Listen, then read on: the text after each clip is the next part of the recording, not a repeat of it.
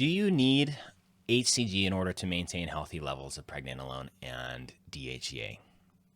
My opinion, probably not. And if you had a problem with pregnenolone and DHEA levels being low, you have other options, which I'll get into, which I think would be a better option than using HCG if you're not concerned about fertility or testicular volume or ejaculate load. If those are your main concerns, then HCG is definitely an excellent choice and is the only choice. Using a serum alongside testosterone replacement will not substitute HCG. It's not effective. HCG is gold standard for those issues. But should it be used for the maintenance of pregnenolone and DHEA synthesis? In my opinion, no. I'm just going to go straight for the jugular there and just say no. And I'm going to get into why. Pregnenolone and DHEA are neuroactive neurosteroids. What does this mean? This means that they are steroid hormones that are active in the brain. They have important functions in the brain that affect neurotransmission, gene transcription, thought process, mood, and behavior. Another example of a neuroactive neurosteroid would be testosterone, right? Testosterone is obviously a steroid hormone, but it's also neuroactive. And if you've ever gone from a hypogonadal state to healthy upper limit range on TRT or on a steroid cycle, you can very easily subjectively feel the neuroactivity of testosterone and its effect on a multitude of neurotransmitters. Excuse me, it's like my brain and my mouth are disconnected. It's hard to talk. Okay, so let's look at this chart here, for example. Right, this is a flow chart. You'll hear more plates, more dates. He very vaguely references it sometimes. He goes like the downstream cascade of neurosteroid hormones. And you're like, what the fuck are you talking about? He never gets into it. This is what he's talking about here. Cholesterol, right? Cholesterol is the key ingredient for the production of all neurosteroids. And these are all neuroactive neurosteroids, all of them, right?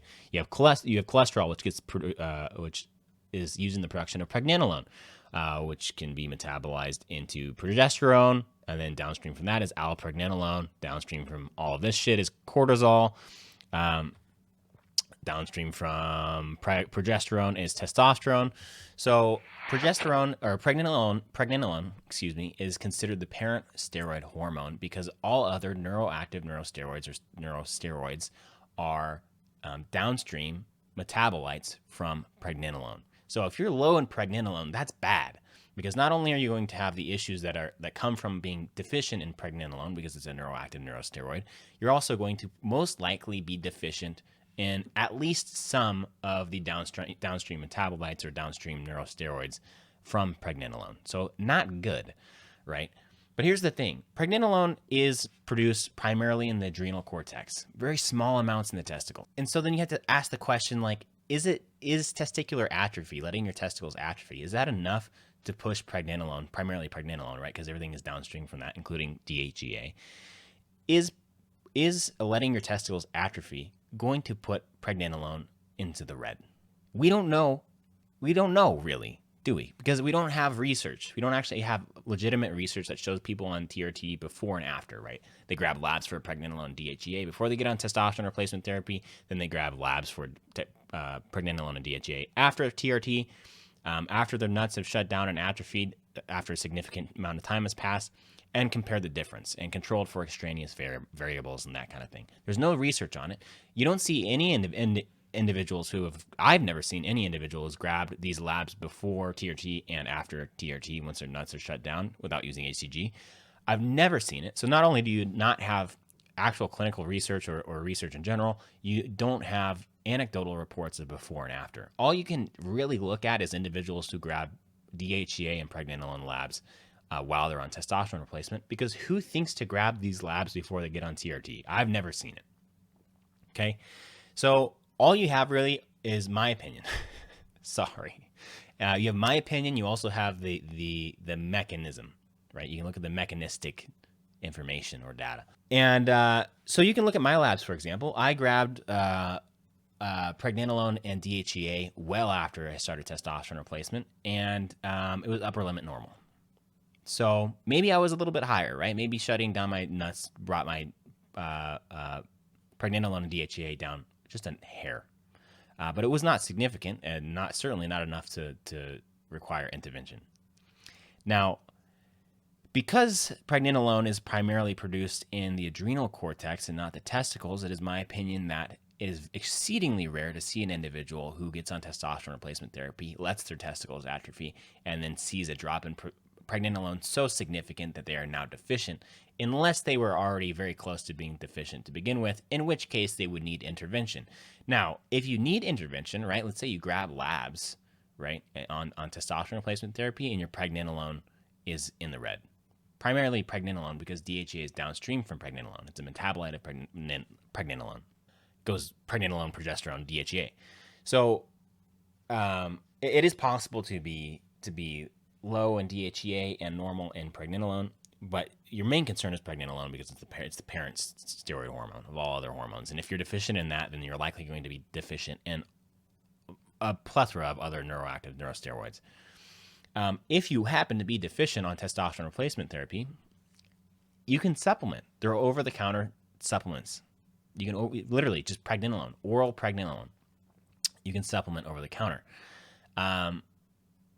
I would recommend if you do this, if you're deficient in both pregnenolone and DHEA, it's wise to just start with pregnenolone supplementation orally. You take it with some amount of fat. It needs to be taken with food.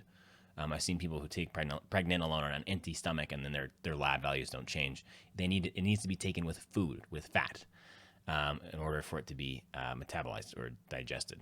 And then after some time, you can wait a couple of months, and then you can grab labs again, see where your pregnenolone's at, see where your DHEA is at. If your DHEA is low and your pregnenolone is high normal, then it's time to supplement with DHEA as well. So you can take pregnenolone and DHEA first thing in the morning with breakfast, right? What does this do? This fulfills the need to the backfill, right? The backfill for all these steroid hormones, because now you have sufficient pregnenolone and DHEA, primarily pregnenolone, and now you have the key ingredient, the key fucking college dropout, the key it's substrate, isn't it? For all these downstream neuroactive neurosteroids. So, in my opinion, if you grab labs for pregnenolone down the line on TRT and you're deficient, using HCG is not like the first line treatment for that. I wouldn't think. In my opinion, it would be better to at least try oral supplementation first, because HCG can come with side effects that oral pregnenolone does not.